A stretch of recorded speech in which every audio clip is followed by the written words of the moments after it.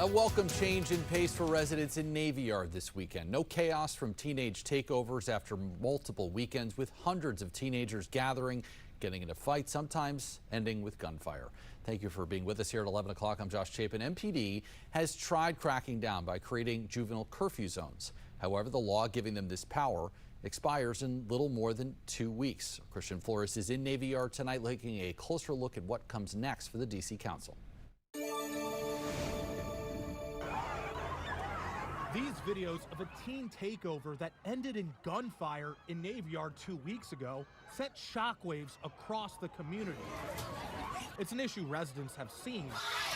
Maybe I'll think twice. Over and over again. I don't want to be at the wrong place at the wrong time. Like that day where there were shots, we were literally walking to Shake Shack. In each of the past 2 weekends, we have seen these hard-to-miss yellow signs, MPD designating Navy Yard a juvenile curfew zone. Now that means an earlier curfew of 8 p.m. instead of the normal time of 11, and banning anyone younger than 18 years old from gathering groups of 9 or more, something we've seen quite a bit of out here. Now residents who live here say this strategy has worked.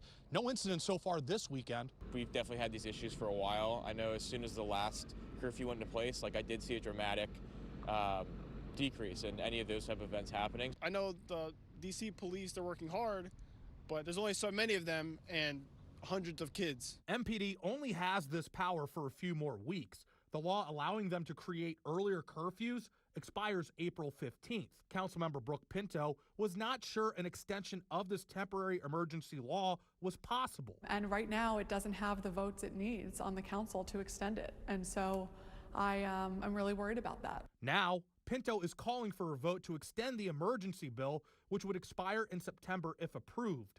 Her office says she's working to secure the votes and is hopeful the council will approve it. It is a tool that has helped curtail some of these actions and is really important for my colleagues and I to get on the same page about what happens next. 7 News on Your Side asked every council member, how will you vote on this extension? Only 2 council members responded since we reached out on Thursday, Wendell Felder and Trayon White.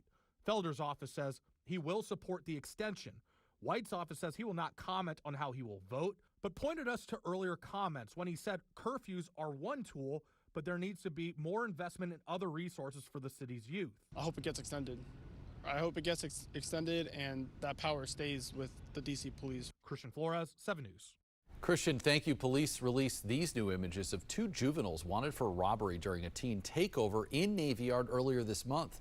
Police believe those 2 teens, you see them on your screen there, stole the victim's phone and other items before taking off. The victim was treated for minor injuries. If you have any information on who this may be, give police a call. The number there is on the bottom of your screen.